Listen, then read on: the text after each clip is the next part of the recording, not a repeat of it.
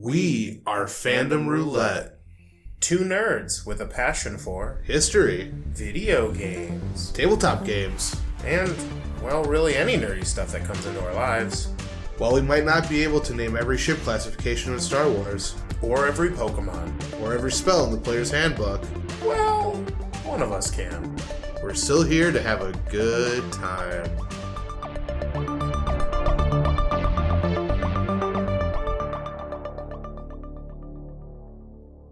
Hey everyone, welcome to Fandom Roulette. This is Joe. And I'm Cody. And on Fandom Roulette, this is a podcast where we talk about a myriad of nerdy things, including such things as history, video games, tabletop role-playing games, and whatever nerdy stuff we want to talk about this week. Or yep. Perfect. Hey, 100%. Yeah, 100%. New intro. I'm just going to copy and paste that one over all of them. That sounds great. Yeah. Mm-hmm. We are bringing a very new level of energy here. It's true. One might call it no energy. Yes, it's past 120% energy. Kids these days are calling it no energy. Yeah, Goku hasn't even learned this type of energy transfer yet. Damn, that's cool. Have you been, Cody? I have been well. I have heard from the grapevine. Yeah? You've been playing a little bit of The Witcher. I toss a coin to it. I'd clink, clink, clink, clink, clink. I tossed a coin to my Witcher, which is Joe. By that I mean The Witcher 3. The Witcher Trace. Which harder? Ooh, The Witchening. The Witcher 3, which way? Ooh. Yes. The Witcher... I'm going to stop on that one. That was a good heat. Yeah, this is good. So today we're talking about The Witcher. Toss a coin... But the TV show, not the books or the Netflix adaptation before season 2 shows up. Which, who even knows? That could be next year. It could be 2 years from now. Yeah, it depends. If it's got Stranger Things vibe, it'll probably be a year. But yeah, I mean, hey, take your time. Do what makes it good, not what makes it quicker. I'm fine with waiting. For sure. And it's funny because I've been going back to rewatch the episodes before, we come and we talk about them. Yeah, and it's hilarious because on their their Netflix page, it's confirmed for season 2, and it's I'm pretty sure you confirmed 3 seasons the day it dropped. What are you talking about? Confirmed for season 2? This that's what you do, Netflix. You when you get a contract for a show, it's all right, so you're definitely gonna get 2 seasons, no doubt. Hey, I want to ask you a question about Netflix real quick. It's possible we've talked about this on the show before. So an article came out, I think it was midway through last year. It was definitely last year, where it was revealed that apparently the Netflix model was 3 seasons unless the show is super duper popular, and then maybe 2 more seasons after that. But they basically are any show we're only going to give 3 seasons, because basically what the metrics suggested are a season 1 is going to give you a big old pop in viewership, and then any subsequent seasons don't necessarily give you the same amount of subscription pop. Sure. What is your thoughts on this kind of unspoken 3 season unless you're super popular model? So I have thoughts about that mentality. Mm-hmm. So on one hand, I get it. From a marketing standpoint, you don't want to you don't want to burn money on a sinking ship, right? A show is come and gone. It's no longer popular. I get it. At the same time, it kind of sucks that script writers or show writers are writing to hopefully break that mold instead of trying to write a cohesive story that ends on the contract. Sure. Because what happens is, like, for me, I was a huge fan of Supernatural, right? Got it. And there's a really good, solid ending to that show in season 5. I think they're on season 13. They are, I think. And guess what?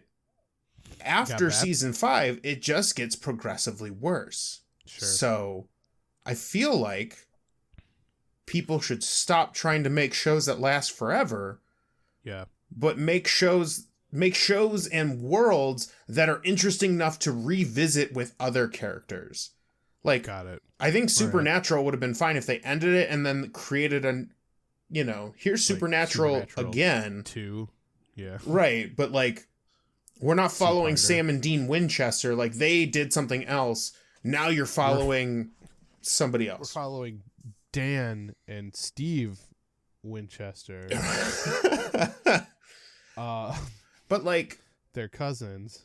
Right. And so if Netflix writers or people who want to have a good script, if they write for 3 seasons so that it's like a solid show and I'm like, oh, cool, I'm really happy that it ended, and then they can like make other shows, then like, I'm really cool with that formula, because it like, it kind of sets a forced, like, all right, here's your limit, write a story, like, write a good show so that you can finish it and then either continue on. Like, if the show is that good where like you can get past that point, then sure.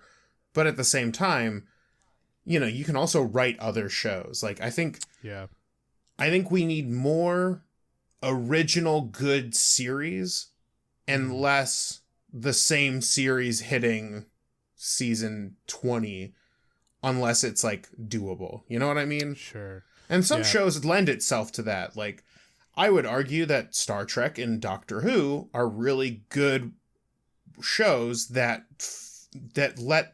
work to that formula of having longer shows, because it's not like you're telling one cohesive short story. You're telling, at least according to what I've heard about Star Trek, but you're telling mini stories with like an overarching theme, and maybe those seasons have something in the background that becomes apparent in the finale or what have you. But those shows kind of lend themselves to that. Whereas, like, I'll be honest, I'm a little concerned about Stranger Things season 4. Sure. Because, like, I think that they've said this is it, though. I mean, I truly hope so. Can I say something that's going to sound incredibly rude? Sure. But I don't mean it in a rude way. I think the kids have kind of gotten past the point of believable. Okay. Like, the kind of like that joy of season 1 was like, they're like, oh my God, look at these cute little kids. And they're like kind of swearing and stuff like that. And it's like, they're all talented and things like that. But it's like, no, I think these, like, they don't even look like teens anymore. Like, yeah, well, it's getting to the point where if they don't become deranged homeless serial killers by this point, like plagued with paranoia of the supernatural darklands, like, sure, like I can't like, none of them can go back to a normal life after literally 3 seasons of shit. So like, I mean, I wouldn't mind them doing Stranger Things, but like getting in, or like using that same vibe or that same energy, and like maybe tackling like a different part of it. Like, instead of like, it would be cool if they did a season where it kind of followed, kind of loosely tracks itself around Ghostbusters a little bit, and like someone decides to make a small business about dealing with these phenomena, and they get in way over their head, and it's dark and gritty, and like, like, that could be interesting, but set it in that same world. You've got something there, I think. I'll say, I think you really hit on something with so I have kind of three kind of thoughts on it that all kind of contradict one another in a weird way. I will say that, okay, so like I was thinking about this when I was watching Dollhouse, the Joss Whedon show. Did you ever watch Dollhouse? I don't think I have. It was his like big follow up to like it was his first big show after Firefly got canceled. Okay. And they found out that it was getting canceled with enough time to like write an ending. Yeah. That for the most part was like satisfying, right? Okay. And I was thinking about this, and I was like, if I were ever to decide to try and become like a showrunner / screenwriter, I would always make sure that I had an exit strategy no matter what season I was on. If that makes sense. Yeah, like having an ending ready at the, Yeah. And like make sure that it feels logical in such a way that like if I were lucky enough to be picked up for a season 2, it wouldn't necessarily feel out of sorts that like, these adventures are still happening. But also, if the worst were to happen and I got canceled at the end of season 1, people could look at that and not think like, oh, what might have been. Because I think that's like the big thing with Firefly. So it's like my idea is like always have an exit strategy no matter what. And so like I even said this to a point, and who knows, it's probably way harder than this, and I'm probably gonna sound like a dumb idiot right now, but it's like, let's say that like Netflix were to call me up and be like, hey Joe, like pitch us some shows. Like I would literally go in with like the 1 season, the 2 season, and the 3 season model, so it's like, hey, so like if it's 1 season, this is how it ends. If it's 2 seasons, this is how it ends. And if it's 3 seasons, this is how it ends. Kind of deal, right? Right. And so it's who like, knows how Netflix treats that, but sure.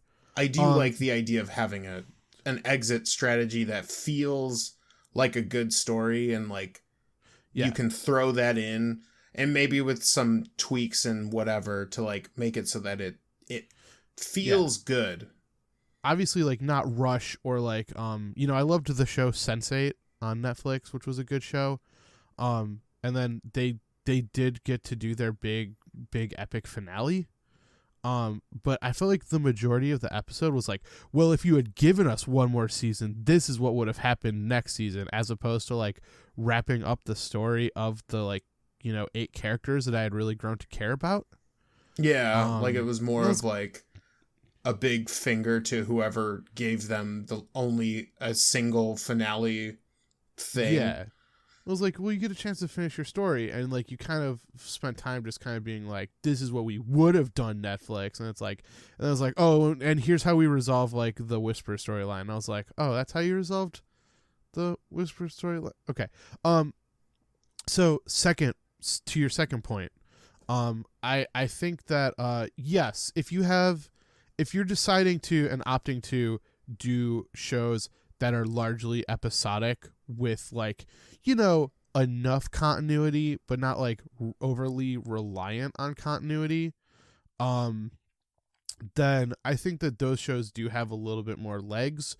But I think also the Netflix model is very much like the 8-hour movie, where it's like, no, you have to like watch this show, like full continuity or whatever. Like every episode is connected in some way. Witcher's a bit of an exception to this, I think. But and then the third one is, I think that comedies can sustain a longer lifetime span, but that's also largely because comedies are episodic in a lot of ways. So those are my 3 kind of contradicting thoughts, which are like, yes, if it's going to be long form storytelling, have an exit strategy, but if it's largely episodic, you don't necessarily have to worry as much about an exit strategy. So Sure. Yeah, So I guess overall, I agree with Netflix, and I think it's smart to kind of put a limitation on their shows. I mean, I know it sucks for like the actors and stuff, because like getting work is hard, but like I think it's smart to kind of keep those limitations in place. So Yeah, I agree. But halfway into this episode, and we have not talked about The Witcher. I mean, in a way, we talked about The Witcher. Kind of. I mean, we definitely are foreshadowing a potential 2/3 season show. Yeah. And that's kind of one of the main reasons I asked it was like, it's like, in theory, we're only going to get 3 seasons out of this thing. Yeah. And I'm excited for it because I think that it has enough legs to sustain 3 stories or 3 seasons. Oh yeah, absolutely. But so I thought it would be kind of cool because we're not necessarily doing like linear episode by episode breakdowns or things like that. Yeah. I think we're doing things a little bit more thematically, I think. So I kind of wanted to talk and get your opinion on how the show handles, like, for lack of a better term, like divine law. Yeah. And this kind of is focusing on 2 episodes in particular, episode 4 and episode 7. And in theory, the entirety of Geralt's story. Yeah, and in theory, the entire thing. But 4 and 7, I think, are the ones that kind of put it in the sharpest contrast. Yeah. So, super quick recaps of these 2 episodes, if you don't mind, Cody. No, go ahead. Quick recap of episode 4. Geralt's friend, Jaskier, the bard, shows up and hires Geralt to be his bodyguard for the engagement ceremony of the Princess of Sintra, who is the daughter of the queen from the first episode who dies. And so basically there's a big ceremony where all of these different suitors are trying to prove why they're the best fit for the princess. About halfway through the meal, a man runs in and claims that he is there to claim the hand of the princess because he has been promised her by something called the Law of Surprise. The queen is furious and rejects this because he comes from this like little shitty backwater, and she's trying to make a powerful military alliance that will, pretty much create peace in the northern kingdoms. But because of the Law of Surprise, Geralt and the man who eventually becomes her husband, the queen's husband, fight to defend the man because the Law of Surprise is this divine thing that you don't mess with. And then the 7th episode of the season is Geralt decides that he is going to finally take advantage of his Law of Surprise, which is he is now the guardian of Ciri, and he goes to, at the very least, see her and make sure that she's doing okay. But the queen refuses him his right of the Law of Surprise and refuses him the chance to see Ciri. But the big reveal of this episode is that it is actually episode 1 from Geralt's point of view. So all that stuff that we see of Nilfgaard attacking and Ciri playing dice in the streets and things like that, we're all seeing that from Geralt's point of view. So those are the 2 quick overviews. Unless I'm missing anything, if there's anything you want to add. Clarification on that first episode. Yeah. So the man who shows up at this banquet claims the Law of Surprise.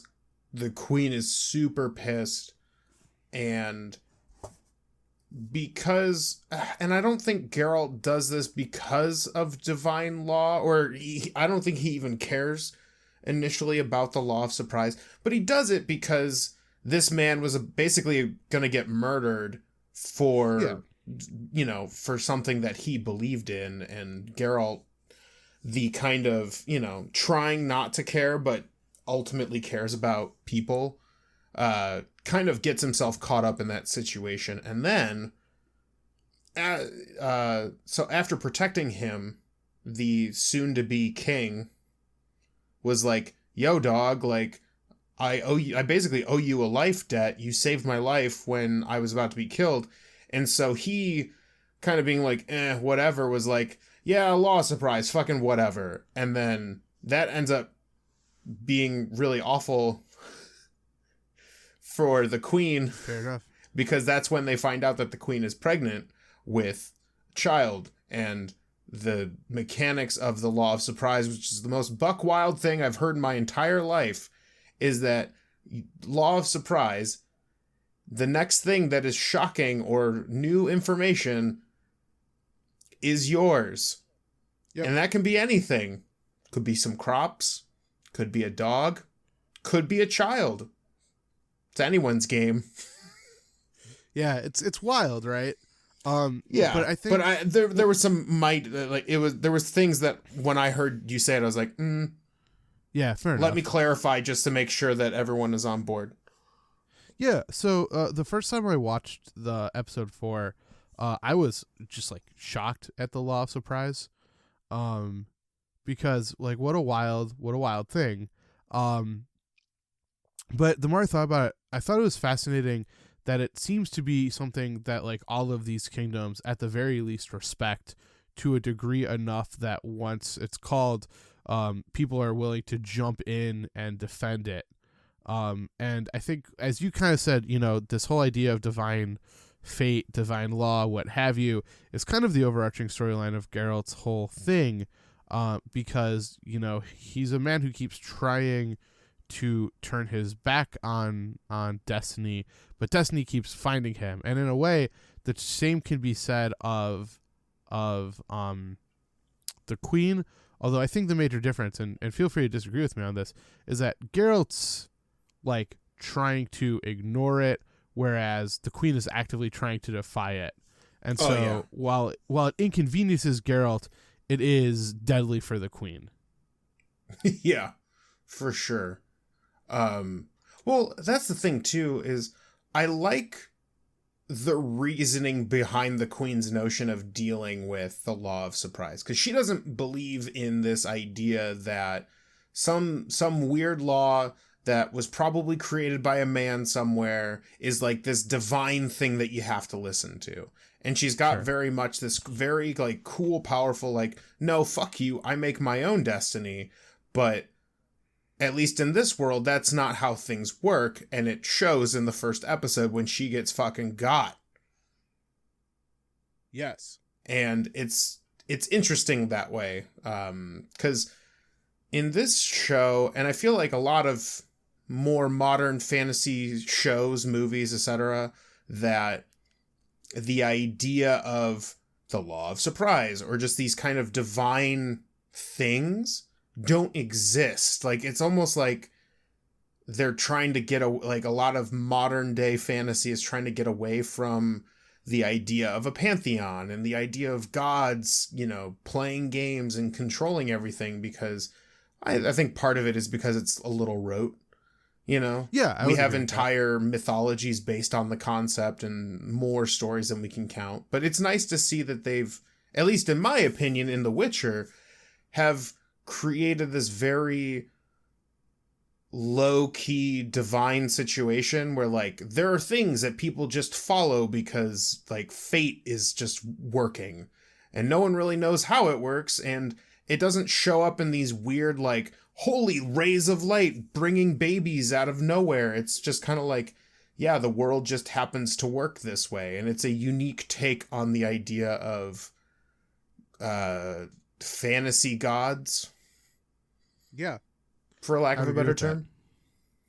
Yeah, and I agree with you that, like, it's nice to see, like, what's the word I'm looking for? A kind of like divine thing where, as opposed to, like, you know, I think I've said this before on the podcast, but it's like, I always kind of get a little upset when, like, magic is like, oh, it's just science that we don't, like, that these dumb peasants don't understand yet. And I think The Witcher is really good at making its magic feel magical, and its divine things feel like this is a force that you really should not and cannot and should not reckon with. Yeah, and it's also really mysterious too. Like, no one ever is like, oh, that, you know, that's what the gods want, or God, or like, they don't even mention that there's some deity. They just, like, it's like, oh, don't fuck with that law, man. Like, that'll fucking end you, and it does.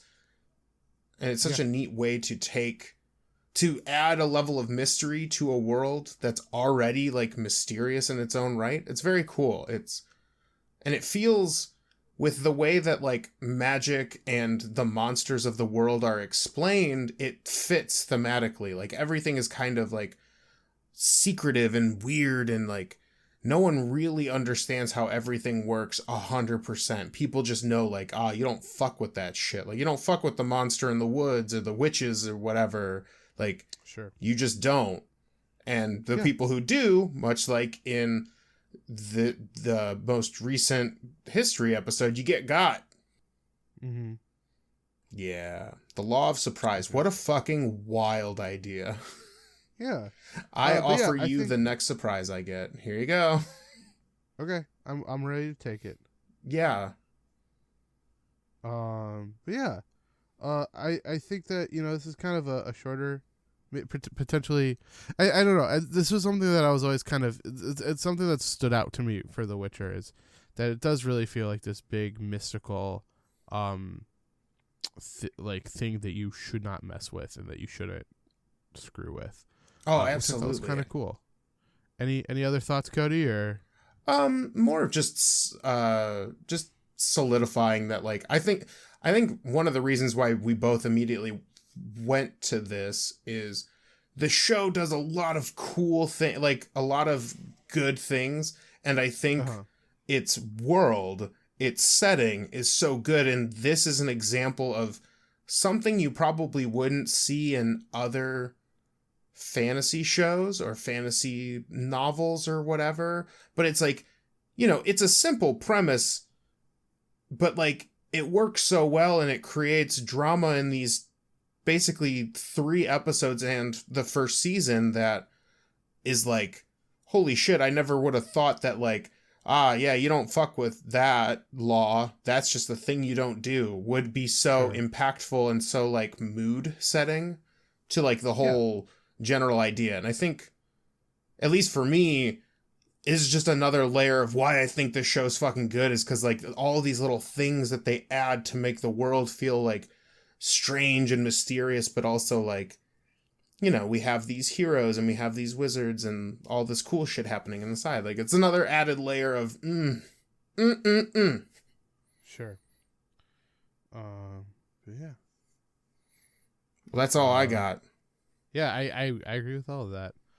So shall we wrap her up? Yeah, let's wrap her up. All right. Thank you guys so much for listening to this episode of Fan Roulette. If you like this episode and you want to learn more or hear more or see more or do more, there's lots of ways to do that. Cody, how can they do that? The main one, the big numero uno, is you can go to our website at www.fandomroulette.com, where all of our episodes are, when they go live, and our bios, where you can learn a little bit more about us.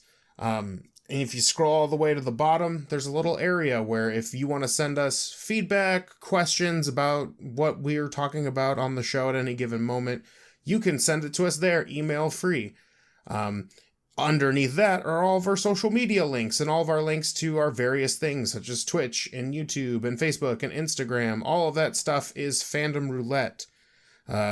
If you're looking right now and you're like, man, I want to tweet how awesome this show was, or how weird their big gushing of Law of Surprises, you can tweet at us at fandomr_podcast. That is our Twitter handle. And if you're looking to share this with your friends, but, much like my situation, all my friends listen to things on various different things. You can find us on iTunes, SoundCloud, Google Play, Spotify, YouTube, and all of your normal podcast catching apps. That's what we got. That's it. All good things. Yeah. Also, please remember to rate, review, subscribe, tell a friend, ring the bell, show this to others, all that wonderful stuff. And thank you. Yeah. Everything that you guys do for the podcast is, one step closer for us to making this a real thing, pushing, new projects, doing new cool stuff. And it's all thanks to you, the viewer. So thank you so much for listening and helping us out along this path we call Fandom Roulette. Yep. And signing off for Fandom Roulette, this is Joe. And I'm Cody. And as always, stay nerdy. Stay super nerdy.